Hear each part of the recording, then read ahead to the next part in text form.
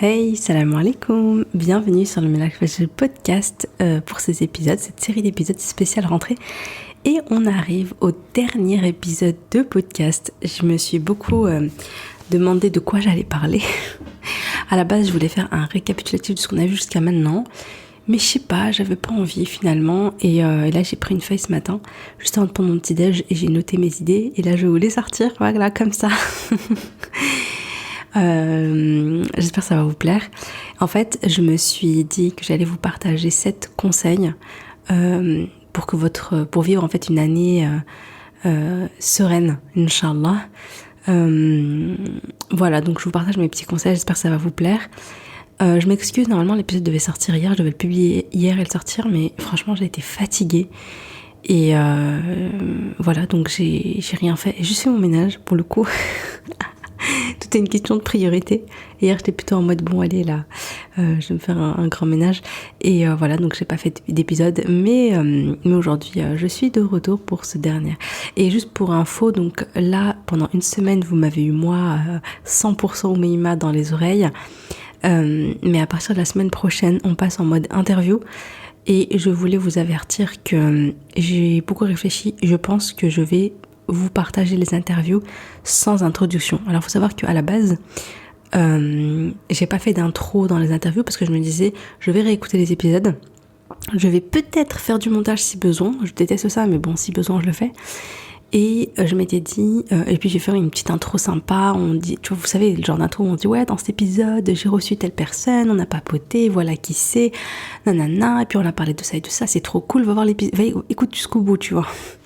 Et en fait, je me rends compte que, ouais, je pense pas que je vais le faire. Bon, si jamais j'arrive à me motiver et tout ça, à trouver le temps de le faire, je le ferai. Mais sinon, je le ferai pas. Et probablement que je vais vous mettre les épisodes comme ça. Je me dis, c'est pas grave. Tous les épisodes, franchement, sont passionnants. Vous allez voir, j'ai des personnes, mais hyper inspirantes. Je me suis régalée à les enregistrer. J'ai passé des super moments. Et donc voilà, donc j'espère que vous allez kiffer. Et voilà, donc je vous les lancerai comme ça. Je vous préviens juste pour pas que vous soyez surpris. Mais au moins, moi, ça m'enlève en fait une charge de travail. Et au moins, c'est sûr que vous aurez les épisodes. Parce que cet été, je devais faire ça. Cet été, j'ai rien fait. Parce que j'avais la flemme de me dire, oh non, faut que j'écoute, faut que je fasse un montage, il faut que je fasse ceci, cela, que j'écrive l'intro. Gna gna gna. Et bon, là, je suis tranquille. Là, j'ai pas d'excuses, voilà. Et on commencera le prochain épisode, Inch'Allah, de jeudi prochain avec Zainab de Coran de mon cœur. Ça fait longtemps que je vous promets l'épisode, mais my God, ça fait super longtemps. Mais là, il va vraiment sortir, Inch'Allah. Et c'était un de mes épisodes préférés. Je commence direct en vous donnant the best of the best, le nectar. Vous allez voir quand vous allez écouter, vous allez kiffer aussi, hein, mais vraiment. Enfin bref, donc venons-en à... Ah oui, non, attendez, pardon. Dernier petit point avant de démarrer. Cette intro ne va jamais se terminer. C'est juste pour vous avertir du coup que le bundle est terminé. Et voilà, c'est tout. Je peux vous dire que le bundle est terminé. Donc il s'est fini il y a 2 jours, c'était mercredi. Je sais que j'ai reçu des demandes de personnes qui m'ont dit « Ouais, est-ce qu'il y a moyen ?» et tout, je l'ai loupé et tout ça. Mais honnêtement, c'est pas moi qui organise en fait. Honnêtement, ça dépend des organisateurs. Je vous cache pas que le ramadan dernier, on avait eu beaucoup de demandes. Et ils ont refusé pour des questions de gestion, d'organisation et tout. C'est un peu compliqué de réouvrir. Donc voilà, donc là honnêtement je pense pas qu'ils réouvrent, mais Allahu alam, si jamais ça change d'avis, je vous tiendrai au courant par mail ou sur Insta. Voilà. Bien, maintenant, on va parler donc je vais vous partager mes 7 conseils pour une rentrée sereine bi'idnillah.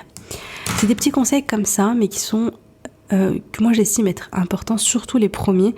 Les premiers, on est vraiment, enfin tous en fait, mais voilà, les premiers, on est vraiment dans cet état d'esprit de sérénité. Comment développer un état d'esprit serein quoi qu'il arrive. Et je parle de ça parce qu'on est beaucoup à être souvent stressé, un peu angoissé, un peu, tu vois, enfin voilà. En tout cas, moi, je sais que c'est quand même assez mon cas. Avec les responsabilités, tout ça. Voilà, on porte une certaine charge mentale, on est souvent, des fois on est un peu oppressé, parfois il y a des épreuves et des événements qui arrivent, on s'y attend pas, et puis on va pas se mentir, actuellement, avec ce qui se passe dans le monde, subhanallah, c'est juste incroyable. Il y a eu un enchaînement d'événements qui est vraiment perturbant, subhanallah, entre le séisme au Maroc, la Libye, les inondations en Libye, enfin les pluies en Libye. J'ai vu qu'en Indonésie aussi, subhanallah, je sais pas exactement ce qui s'est passé, mais aussi en Indonésie il y a une épreuve, etc. T'as l'impression, subhanallah, que voilà, il se passe plein de choses et tout. Et ça peut être hyper angoissant et hyper paralysant. Du coup, je voulais, voilà, donc voilà, donc en fait, puis même en France, hein, avec cette histoire de abaya et tout, voilà quoi. En fait, on va pas se mentir, on est dans un environnement, voilà, qui est un peu flippant, qui est un peu stressant, qui est un peu angoissant.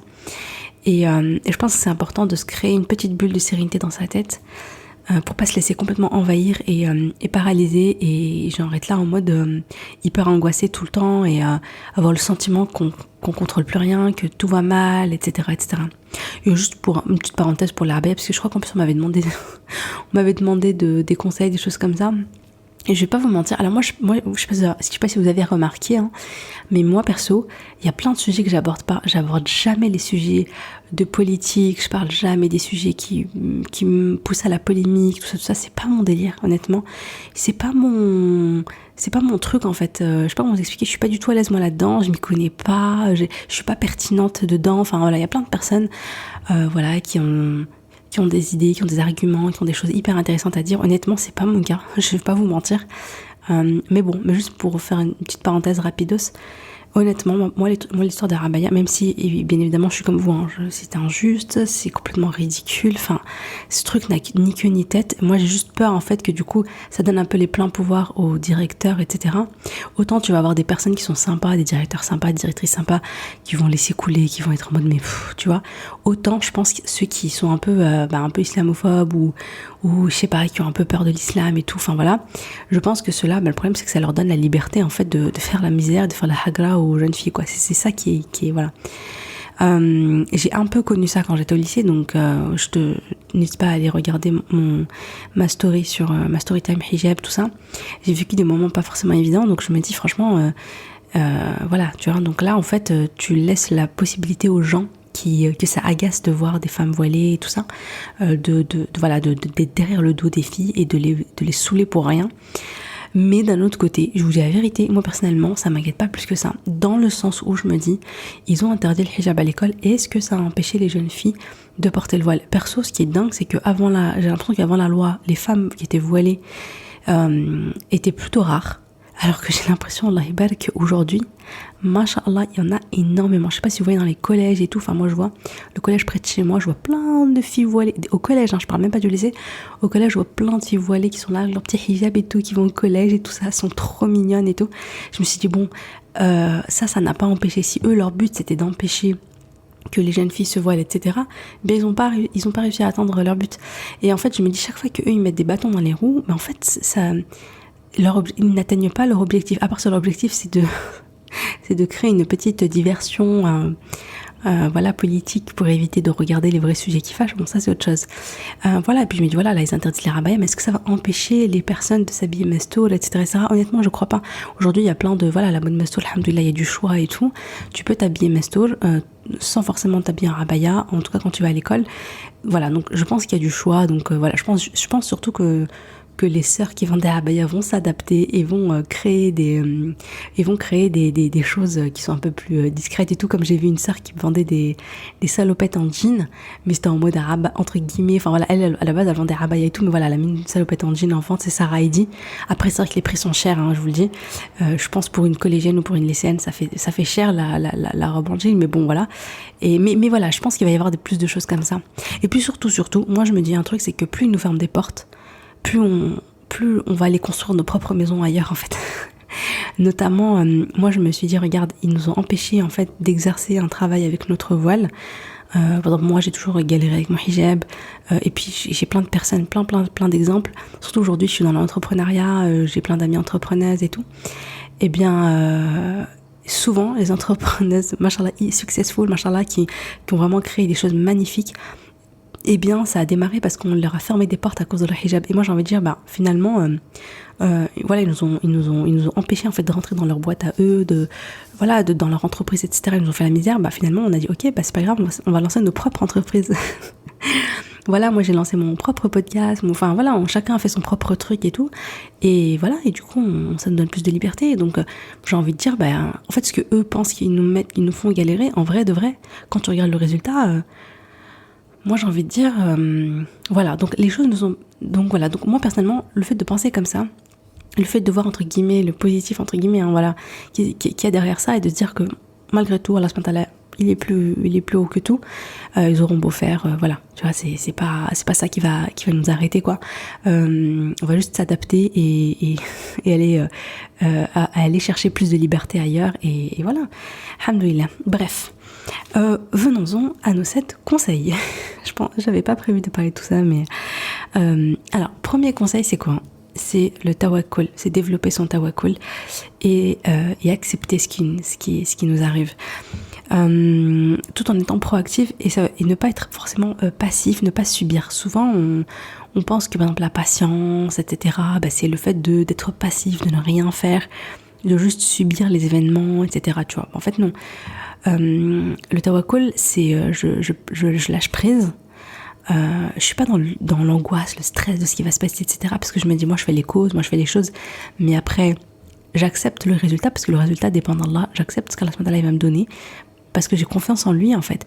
Si tu veux, ce qui est bon dans le tawakkul, c'est je fais les causes, donc je suis proactif, je fais les choses, mais j'ai pas forcément d'attente sur les résultats. Concernant les résultats, même si j'espère certains résultats bien évidemment, mais je vais me dire ok, maintenant ya Allah, c'est entre tes mains, j'ai confiance en toi, moi voilà mon objectif, moi voilà les actions que je mets concrètement, et tu fais des du'a et tu dis Allah, j'ai confiance en toi, tu vas me donner que ce qui est bon pour moi. Et en fait avoir cette relation de confiance avec Allah, c'est hyper sain. C'est vraiment un peu le secret de la sérénité, c'est que quoi qu'il t'arrive, tu dises alhamdoulilah ya Allah, tu vois.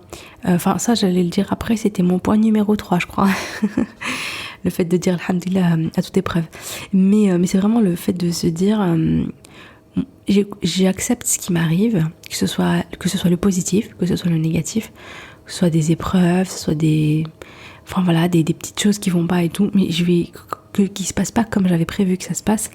Mais au lieu d'être dans la résistance et de me dire mais pourquoi ça m'arrive à moi, mais pourquoi, mais j'en peux plus, mais nanana, tu sais, de te plaindre, d'être pas bien, de ressasser, de pas accepter finalement ce qui arrive, de faire une espèce de résistance en disant mais non, je veux pas que les choses se passent comme ça, je veux que les choses se passent autrement, pourquoi ça m'arrive, etc. Non, en fait c'est plutôt de se dire j'accepte ce qui m'arrive, j'ai confiance en Allah, ce qui m'arrive cache une sagesse, ce qui m'arrive cache un bienfait. Et j'ai toujours en fait une bonne opinion d'Allah. J'ai toujours et en fait du coup quand tu es comme ça, t'as toujours une bonne opinion d'Allah. Tu vois, parce qu'il y en a qui vont dire ouais il s'est passé ça parce qu'Allah il va me punir, etc. Mais pourquoi avoir une opinion comme ça, tu vois? Allah il est pour ses serviteurs parce que ses serviteurs pensent de lui, tu vois. Donc toi tu vas être en mode Ya Allah, je sais qu'il y a une sagesse qui est derrière, qui se cache. Ya Allah, tu éprouves ce que tu aimes. Ya Allah, moi je vais patienter dans cette épreuve, comme ça j'aurai la récompense dans l'au-delà. Ya Allah, moi je voulais ça, toi tu m'as donné autre chose. Ça veut dire que ce que je voulais c'était pas forcément un bien, même si moi j'étais convaincue que c'était un bien pour moi, mais en fait ce que je suis en train de vivre maintenant c'est meilleur encore pour moi, tu vois. Ya Allah, j'ai confiance en toi, donc j'accepte ce que tu me donnes. Ça c'est trop puissant. En fait si t'arrives à développer cet état d'esprit de tawakkul ala Allah, de ya Allah j'ai confiance en toi, et de lâcher prise, et c'est le secret, en fait c'est la clé de la sérénité intérieure. Parce que ça veut dire quoi? Ça veut dire attends j'essaie de me rappeler, parce qu'en fait j'ai lu un post là il y a pas longtemps de Kun Saïdan et j'avais beaucoup aimé. C'était j'arrive pas à me rappeler, c'était un truc avec un bateau, attendez, hop, c'était un très joli exemple. Parce que sur le tawakkul, je vais vous le retrouver là en 2-2. Alors, c'était quoi? Voilà. Ouais, en plus, c'est sur ça, sur le tawakkul, je ne me rappelais plus du début. La confiance en Allah ne supprime pas les tempêtes, elle apaise le navigateur. Donc, je répète, la confiance en Allah ne supprime pas les tempêtes, elle apaise le navigateur. J'ai trop aimé quand j'ai lu ça. Je me suis dit, ouais, c'est ça le tawakkul à Allah. Ça veut pas dire, c'est pas parce que j'ai confiance en Allah que je vais pas avoir d'épreuves, que ma vie va être ultra fluide et tout ça n'existe pas. Une vie comme ça n'existe pas, faut pas chercher. Mais par contre, quand t'as confiance en Allah, quand t'as le tawakkul ala Allah, qu'est-ce qui se passe? T'es apaisé. C'est-à-dire que tu vas naviguer dans tes épreuves, tu vas avoir tes épreuves, mais toi, au fond de toi, tu vas avoir cette sérénité, cet apaisement, de dire alhamdulillah, de dire j'ai confiance en toi, ya Allah, il se cache une sagesse là-dedans, etc. Et du coup, c'est comme ça qu'il que tu vois des gens qui vivent... T'as vu, est-ce que ça t'est déjà arrivé de voir des personnes qui vivent des épreuves de malades? Des épreuves, tu te dis, mais je pourrais jamais vivre ça, enfin, c'est terrible et tout. Et pourtant, subhanallah, tu les vois, ils ont confiance en Allah, ils sont sereins.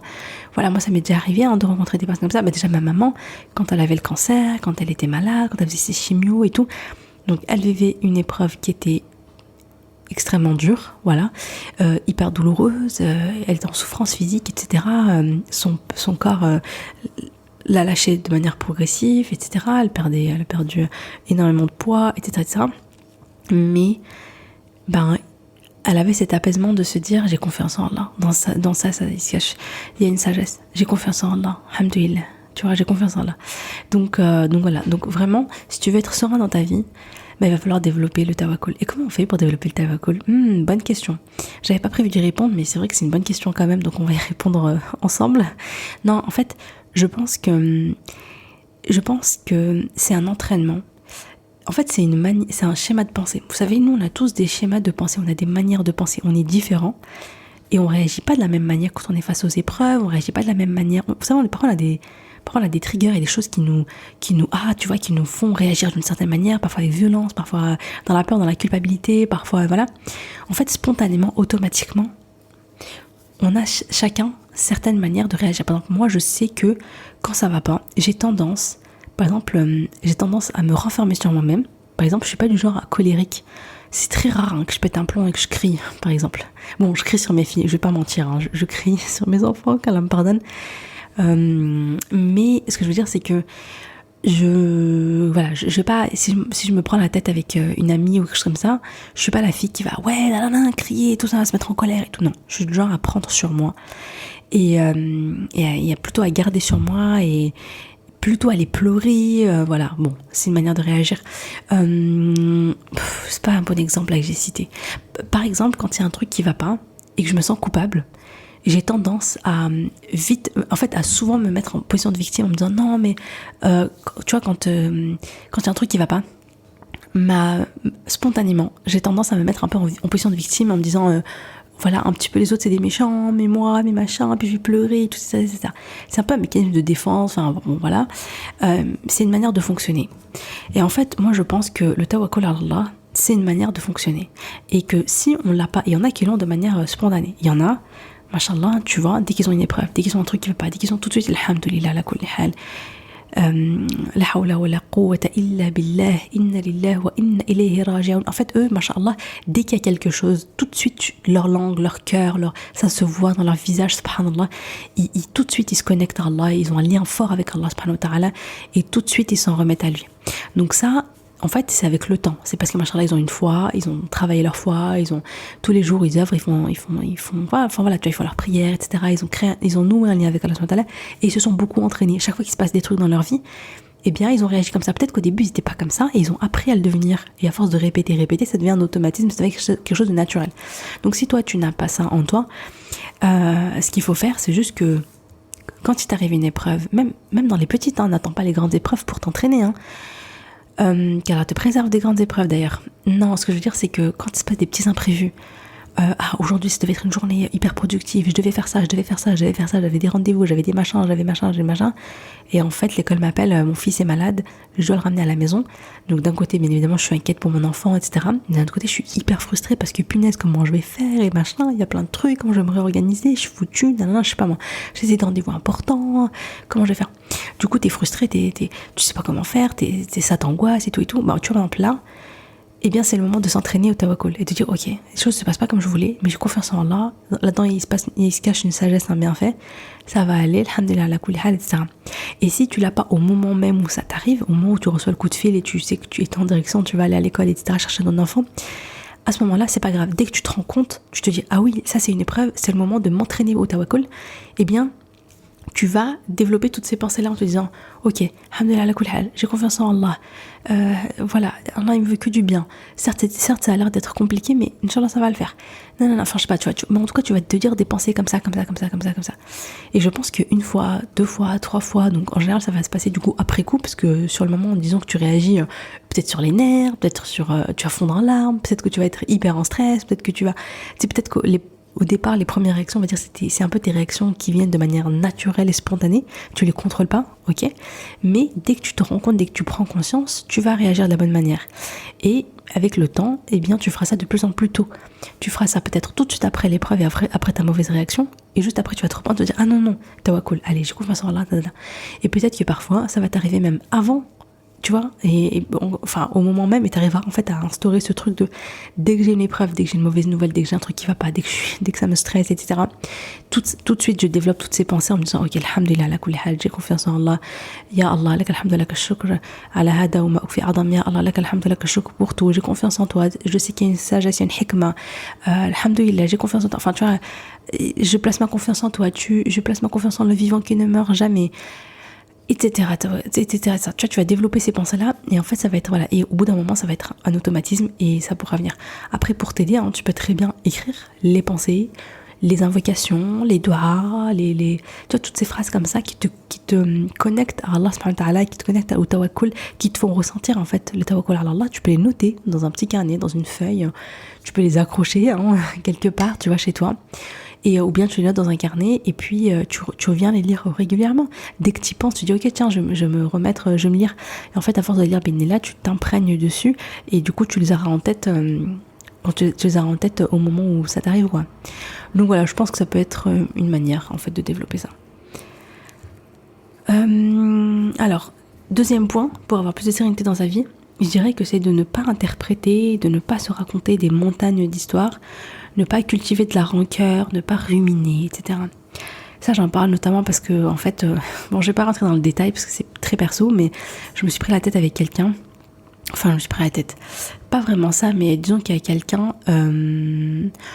disons que j'ai fait une action et la personne a mal interprété ça.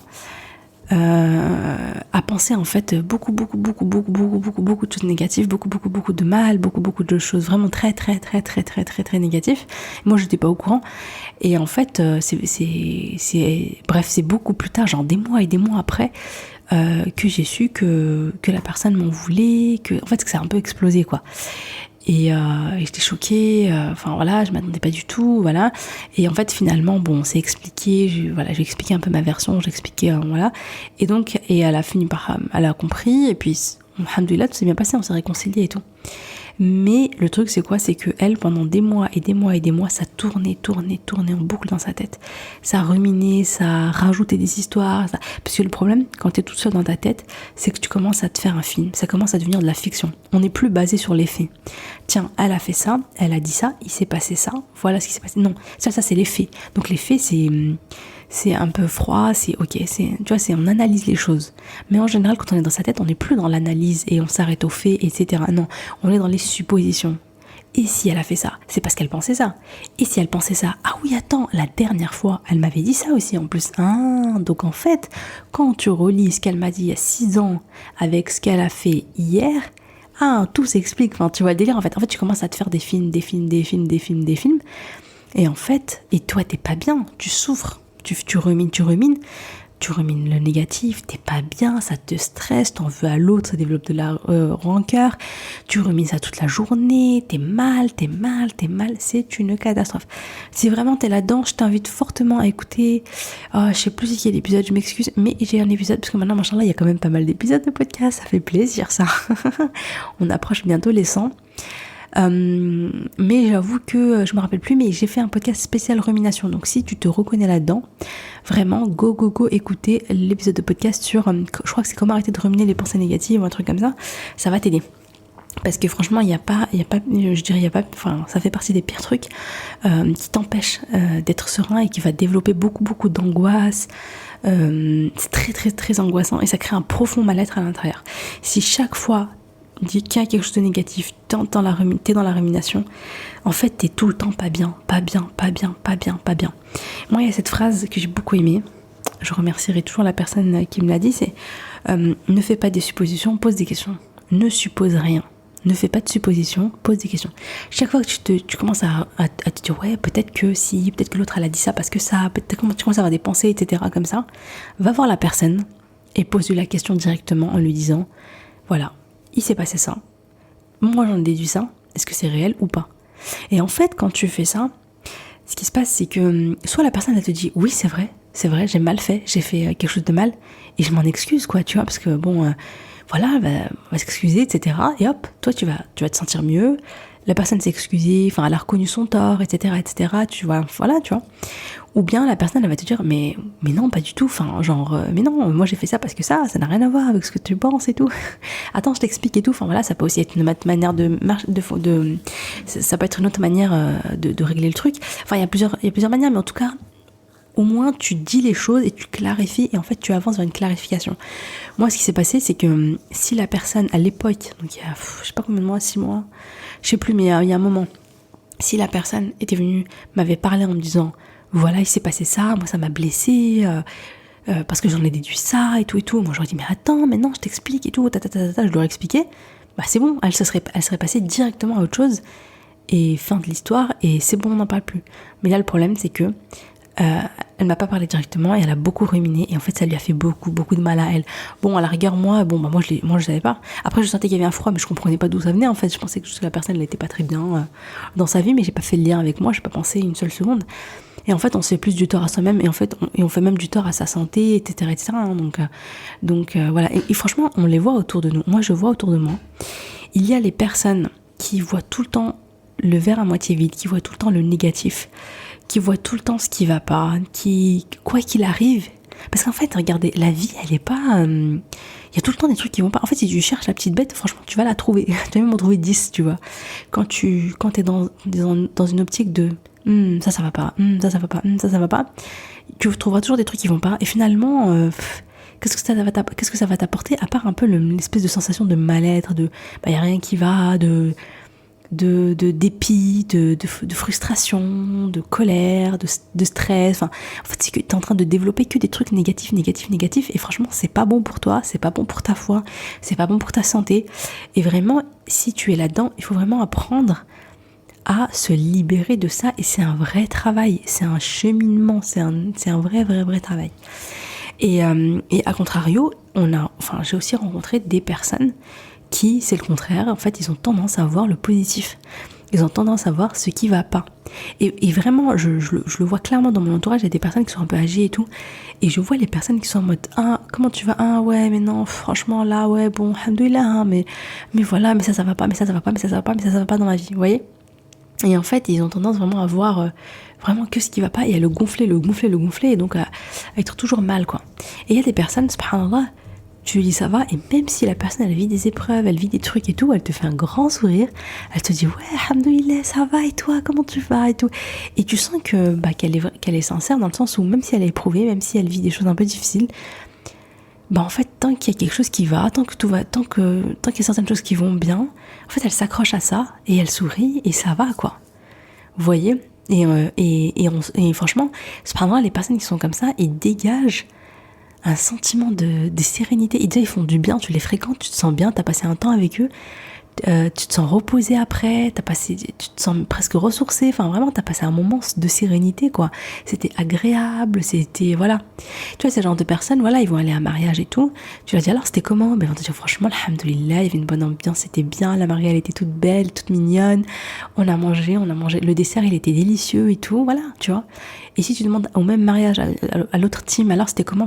Franchement, la mariée, je sais pas, on dirait elle faisait la tête et tout, je comprends pas. En plus, franchement, la nourriture, le poulet, il était froid et tout, non mais t'as remarqué? Et en plus de ça, je sais pas quoi, moi j'ai vu que la belle-mère, à un moment, elle a eu ce geste et tout, franchement, ça m'a choquée. Moi, si ça avait été moi, bon, vous avez compris. En fait, il y a des gens, tu vas les emmener dans un truc, et en fait, ils vont capter, ils vont retenir vraiment que les trucs qui vont pas. Et il y a des personnes qui vont y aller, ils vont aller au même endroit, ils vont voir les trucs qui vont pas, hein, mais en fait ils vont pas se poser dessus, c'est-à-dire qu'ils vont dire ouais bon ok, mais en fait ils s'en fichent, tu vois. Et par contre ils vont retenir ce qui va bien. Et du coup ceux qui sont comme ça vont avoir naturellement tendance à être bien dans leur tête, bien dans leur vie. Ils sont plus sereins, ils vont bien, alhamdoulilah. Et les personnes qui sont dans l'autre team, en fait ils ont tendance à être toujours un peu nanana, toujours un peu ils sont pas bien, ils dégagent un truc en fait. Et en plus quand tu restes avec eux, franchement ça te prend de l'énergie, c'est fatigant. donc voilà, après c'est pas évident. Quand on est dans de la team plutôt négatif, c'est vrai qu'il faut prendre le temps, il faut faire ce travail sur soi et tout pour passer d'une team à l'autre. Et bien sûr, bien sûr, il y a moyen de le faire, quoi. Alhamdoulilah. Et comment? Donc en fait, c'est ce dont je voulais parler. Dans cette idée, en fait, d'apprendre à voir le côté positif des choses, etc. Moi, j'ai l'exemple de ma cousine, car la préserve. C'est vrai que ce genre de personne, elle me l'a dit en fait hier au téléphone, et elle me dit moi, mon truc c'est que partout où je vais, quoi qu'il m'arrive, etc., j'essaie toujours de garder le positif de ce qui m'arrive. Je garde toujours en tête ce qui s'est bien passé, les trucs que j'ai kiffé, tu vois, les trucs, vraiment les trucs bien, quoi. Je garde ça dans ma tête. Et le reste, j'y prête pas attention, je fais pas gaffe à ça. En fait, je m'en fous, quoi. Le reste, j'y donne pas d'importance. Mais ce à quoi je donne l'importance, c'est aux choses bien qui me sont arrivées. Et ça, je les garde en mémoire. Et en fait, c'est très important ce qu'elle m'a dit parce que elle a même dit, je les garde en mémoire. Genre, ça veut dire que dans le temps, c'est-à-dire que dans 5 ans, quand tu vas lui dire, ouais, c'était comment ce mariage, elle va juste te dire, ah, je m'en rappelle, le dessert était super bon, la mariée était trop belle, tu vois, par exemple. Et en fait, elle va même plus se rappeler que, c'est vrai qu'à côté, le poulet, il était un peu froid, mais bon, elle s'est dit, écoute, c'est pas grave. Et c'est vrai que, je sais pas quoi, voilà. Mais en fait, ça, avec le temps, elle l'aura oublié. Et parce que le cerveau, il filtre en fonction de là où tu donnes de l'importance. Alors que la personne qui a vu que le négatif, dans 5 ans, quand elle va repenser au mariage, elle va oublier que quand même la mariée, elle était toute belle et tout, et que quand même le dessert, il était délicieux. Non, elle va juste se rappeler que, voilà, les petites histoires, le poulet était froid, et voilà. Et dans 5 ans, elle aura retenu que ça. Et en fait, parce qu'avec le temps, voilà, on a une mémoire qui est quand même assez sélective.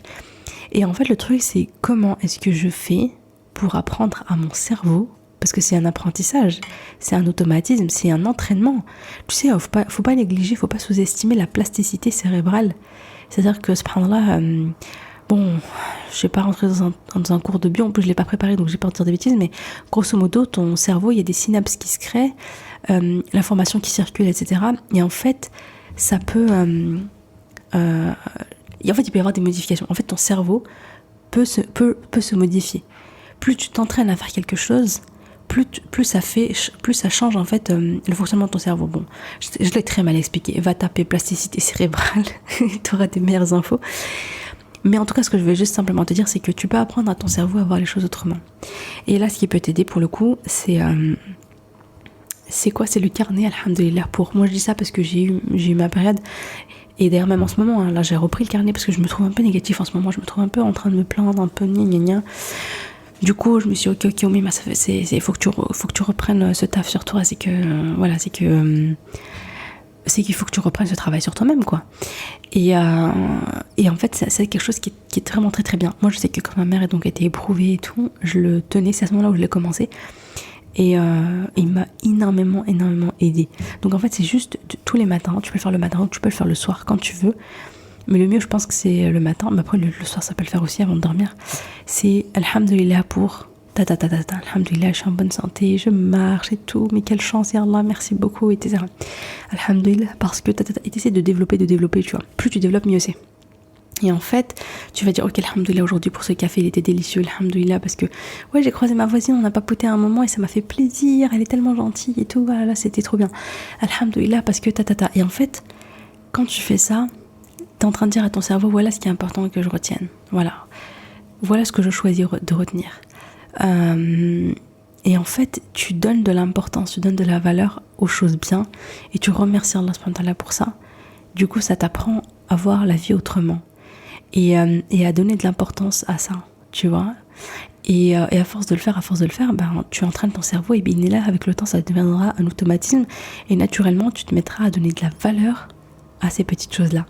Que qu'en d'autres temps t'aurais pas accordé de la valeur, tu vois, genre ce qui est bien c'est bof, hein, genre normal, hein, genre c'est un acquis, et par contre ce qui va pas, alors là si c'est problématique, tu vois, mais en fait tu deviens le contraire. Ce qui va bien, je m'arrête, je prends le temps, je savoure. Alhamdoulilah ya Allah pour ça en fait, c'est pas un acquis, tu m'as fait un cadeau, merci Allah, tu vois. Et le côté négatif, tu dis alhamdoulilah ala kulli hal. Ok, je patiente, Allah il me récompensera, ok, il y a une sagesse derrière, et en fait, t'en fais pas toute une montagne, quoi. Donc, voilà. Ensuite, dans le 4, qu'est-ce que j'ai mis? Je reprends ma petite feuille, là. J'ai noté faire de la digital détox régulièrement. Ça, franchement, prendre le temps, de temps en temps, dès que tu en ressens le besoin, et puis même assez régulièrement, faire une digital detox. Justement, moi je compte en faire une la semaine prochaine. Voilà, je vais programmer le podcast et tout, mais après je vais me sévrer un peu de mon téléphone. Donc je vais pas être sur Insta, je vais pas être dans mes mails, je vais être nulle part. Je vais mettre mon téléphone de côté et je vais je vais un peu me faire une petite détox. J'en ressens fortement le besoin. Je pense que je vais commencer lundi, Inch'Allah, lundi prochain. Donc voilà, donc faire ça régulièrement parce que on se rend pas compte. Alors si tu l'as déjà testé, si tu as dû t'en rendre compte, tu sais quand tu supprimes Instagram et que tu n'y vas pas, tu supprimes les réseaux sociaux, pas d'Instagram.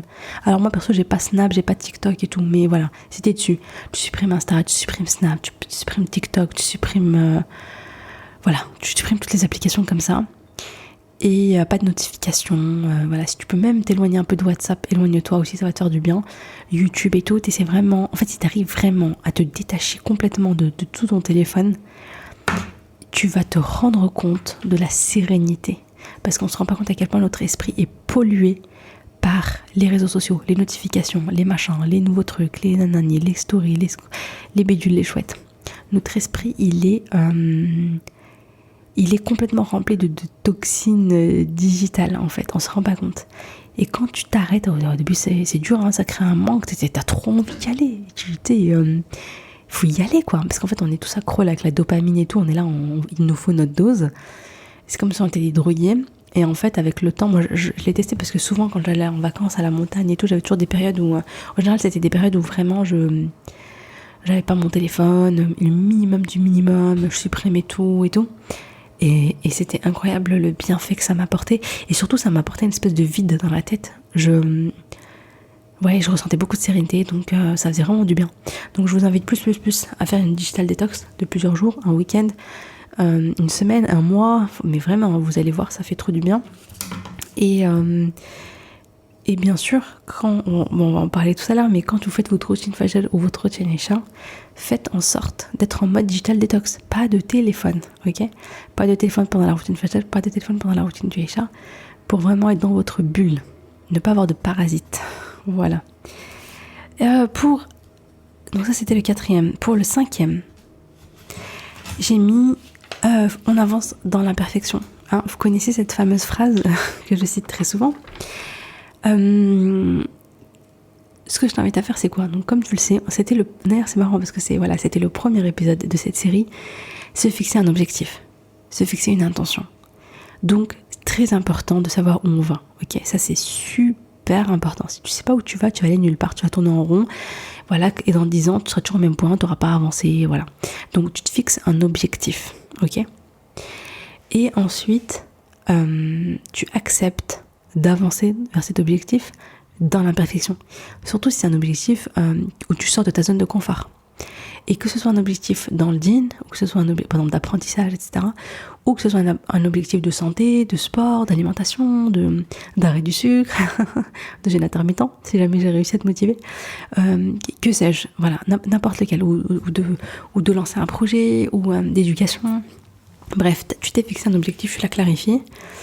Et bien maintenant que tu l'as fait, il va falloir faire les causes, il va falloir faire les actions, ok, pour avancer vers cet objectif. Et en parallèle des actions que tu fais, des petits pas que tu fais, tu dois être en mode j'accepte d'avancer dans l'imperfection. C'est-à-dire que même si par exemple j'échoue, même si par exemple je sais pas, moi j'ai fait le jeûne intermittent pendant quelques temps, et puis toujours arrivé au week-end, j'ai tendance un peu à lâcher en fait, et à pas bien manger, et puis manger toute la journée en fait, à reprendre mes mauvaises habitudes. Et en fait du coup quand tu fais ça, du coup le lundi souvent je suis en mode oh là là, enfin t'as l'impression que j'ai fait des efforts pour rien, ça sert à rien, peut-être je suis tentée par le tout, rien, bon j'arrive pas, vas-y j'abandonne. Et je me dis non, c'est pas grave, tu reprends le lundi, tu reprends tes efforts. Et là après 2 week-ends comme ça, je me suis dit ok, je crois que le week-end je vais essayer de continuer aussi, je vais le tester le week-end qui arrive, j'espère que je vais tenir. Mais déjà je suis fière de moi d'avoir tenu la semaine, franchement je suis contente, hein. Et le week-end je vais retravailler petit à petit, et puis c'est ok. Voilà, accepter d'avancer dans l'imperfection. Quand tu te lances un nouveau défi, bah forcément il y aura des hauts, il y aura des bas. Forcément il y aura des moments où tu vas pas y arriver, des moments où tu vas avoir le sentiment un peu d'échouer, d'être de la plaque, de régresser. Tiens, enfin voilà, je suis en train de me former là-dessus, mais en fait je fais le contraire et tout, et donc ça sert à rien et tout. Non, accepter d'avancer dans l'imperfection, ça veut dire que dès que j'échoue, dès que je lâche, hop, je reprends, je reviens. Dès que je me rends compte que ouais, je fais mal les choses et tout, au lieu de me dire bah foutu pour foutu, bah laisse tomber, ça sert à rien. Non, je vais quand même revenir et je vais me dire ok, je lâche rien, tu vois. C'est avoir cette discipline de se dire certes c'est pas parfait, mais c'est pas grave. La discipline avec la rahma, tu vois, certes c'est pas parfait, mais écoute, bah c'est pas grave, je dois quand même continuer, je vais quand même continuer mes efforts. Donc voilà, et pour ça, voilà, se fixer son objectif et accepter d'avancer dans l'imperfection vers son objectif. Enfin, le sixième, enfin c'est pas enfin, il y a encore un autre, mais le sixième, c'est donc de rester focus sur tes objectifs. Qu'ils soient toujours dans ta tête. Ok, donc vraiment, si t'as pas noté tes objectifs, arrête tout de suite et va les noter. tu réécoutes le premier épisode si jamais tu les as pas. Mais vraiment, te concentrer dessus et les garder en tête, tu vois. Plus tu vas faire ça, plus ça va te motiver à œuvrer pour, à avancer vers eux, à saisir les opportunités qui peuvent t'aider encore plus à avancer vers tes objectifs, etc., etc. Donc le focus, c'est super important d'être focus, vraiment d'être focus. Et plus ton objectif est clair, précis, tu vois, c'est clair, c'est bon, et tu as décidé d'en faire une priorité, et ça aussi c'est clair, tu t'es engagé, c'est ta priorité, c'est ton focus, tu as bloqué le temps dans ton agenda dans lequel tu vas avancer sur ça, etc. Bah, tout ça va faire que là tu vas pas procrastiner, tu vas pas avoir besoin de, tu sais, c'est bon, c'est comme si, enfin voilà, ça s'ancre plus facilement et tu bouges plus facilement.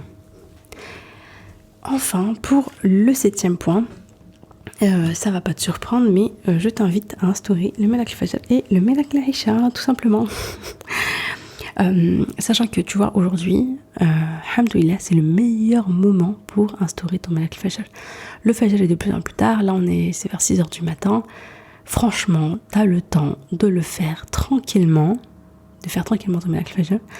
Et ensuite, de rester réveillé, peut-être de préparer le repas vite fait pour les enfants, de ranger vite fait ta maison pour que les enfants se réveillent. Enfin, vraiment, là, c'est le moment le plus facile parce que le Isha, il est tôt, le Fajr, il est tard. Donc, tu peux avoir une bonne nuit de sommeil et en même temps te lever tôt et démarrer ta journée à fond et rester réveillé et démarrer ta journée à fond. Donc ouais, vraiment, là, c'est le moment. Si tu as toujours voulu, mais que tu n'arrivais pas trop, machin, bah là, franchement, c'est le moment parfait. C'est vraiment c'est maintenant ou jamais. Pour information, j'ai le guide. Si tu l'as pas déjà téléchargé, n'hésite pas à télécharger le guide complet du Malak al-Fajr. C'est un e-book, c'est gratuit. Il y aura le lien dans la description. Et ouais, donc vraiment, vas-y à fond. Et qu'est-ce que je voulais dire ? Oui, voilà, c'est bon, quand je suis comme ça, c'est que je reparlais, que je suis fatiguée. Voilà, donc dans le guide, il y a les étapes pour te lancer. En fait, c'est le plan d'action pour démarrer ta routine du Fajr. Mes petits conseils, des petits exercices d'écriture, etc. Donc c'est sympa. Et donc voilà, donc vraiment de te faire une petite bulle le matin d'adoration avec la salat à l'heure, avec les adkar, vraiment prendre le temps pour faire les dhikr du matin, pour lire le Coran, ce que tu peux dans le Coran, une demi-page, une page, un hizb, ce que tu peux. Voilà, je te conseille de faire un peu de cohérence cardiaque pour démarrer la journée avec un taux de cortisol plus bas et d'être plus sereine, d'être mieux dans la journée, Inch'Allah. Et puis aussi faire un peu d'écriture pour remercier Allah pour ses bienfaits. Alhamdulillah pour, comme on en a parlé dans le point numéro 3. Et ensuite, tu fais un peu, tu pourrais avancer dans ton projet, tu vois, si tu veux travailler ton objectif, franchement là c'est le moment. Si tu veux faire du sport, si tu veux aller marcher, te balader, prendre un petit café avec toi et te promener, regarder le ciel et finir tes adkar là, comme ça, mais c'est le top du top. Enfin voilà, il y a plein de petites choses comme ça que tu peux mettre en place et vraiment profiter, savourer le matin et kiffer le matin, Inch'Allah. Donc voilà, et puis tu peux faire également ta petite routine du soir, une petite routine que tu peux développer comme tu le souhaites, ou qui va te détendre avec peut-être de la lecture, avec Surat al-Mulk, avec un peu d'écriture. Si tu le fais pas le matin, tu peux le faire le soir, avec de la skincare. Donc tu peux mettre ça en place, Inch'Allah.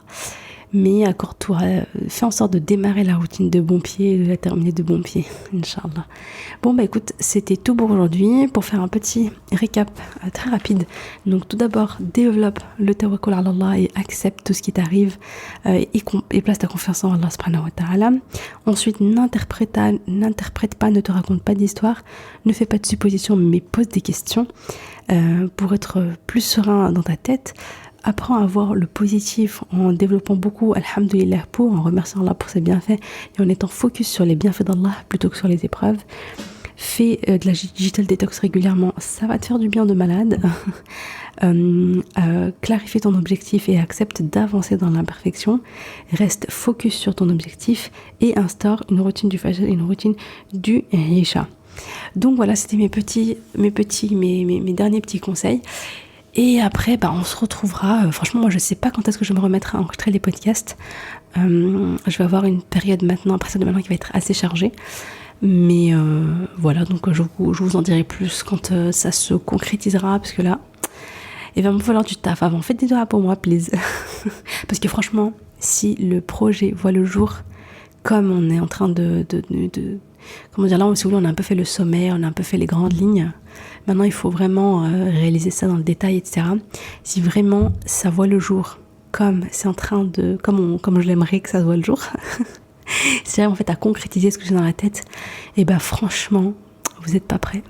Franchement, ça risque d'être un super beau projet. Et pour moi, c'est un peu c'est pas à la hauteur de mon livre, tu vois, parce que mon livre, pour moi, c'est très particulier, mais ça sera un vrai beau projet ambitieux, Inch'Allah. Donc voilà. Je merci de m'avoir écouté. On se retrouve la semaine pro pour l'interview et les semaines suivantes, ça sera également des interviews. Et moi, je vous rejoins. Je serai toujours dispo, Inch'Allah, par un mail. Je vous enverrai mes petites lettres du lundi. N'hésitez pas à vous inscrire dans les petites lettres du lundi pour recevoir la bulle de sérénité. Et puis un petit peu sur les réseaux, je pense, en story, tout ça, je donne un petit peu de nouvelles. Donc voilà, sur ce, salam alaikum.